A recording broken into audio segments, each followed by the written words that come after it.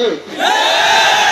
গাজীপুর জেলার শ্রীপুর উপজেলার বর্মি ইউনিয়নের ইসকন সদস্য বাদন শাহ কর্তৃক নবীজি সাল্লাল্লাহু আলাইহি ওয়াসাল্লামকে নিয়ে অশালীন মন্তব্য ও অকথ্য ভাষায় গালাগালির ঘটনাকে কেন্দ্র করে ফুঁসে ওঠে স্থানীয় এলাকাবাসী।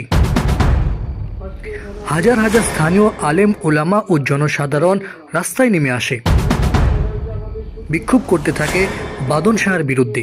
এক পর্যায়ে শ্রীপুর মডেল থানার ওসি পিপিএম আব্দুল বারেকের নেতৃত্বে শ্রীপুর মডেল থানার একটি ফোর্স এসে ধর্মীয় উগ্রবাদী জঙ্গি সংগঠনের সদস্য বাদন শাহকে গ্রেফতার করে। পরদিন বাদন শাহর ফাঁসির দাবিতে বিশাল বিক্ষোভ সমাবেশ করে স্থানীয় আলেম ওলামা ও সর্বস্তরের জনসাধারণ। এতে বিএনপি, জামাত, বাংলাদেশ খেলাফত মজলিস, ইসলামী আন্দোলন বাংলাদেশ, জমিয়ত, এনসিপি সহ অংশ নেয় বিভিন্ন দলের হাজার হাজার কর্মী সমর্থকরা। বিস্তারিত দেখুন ভিডিওতে। দুঃসাহস দেখাতে পারে, সে কল্পনাও করতে পারে না কোথায় হাত দিয়েছে। এই কুলাঙ্গার বাদন শাহর সর্বোচ্চ শাস্তি মৃত্যুদণ্ড দিতেই হবে।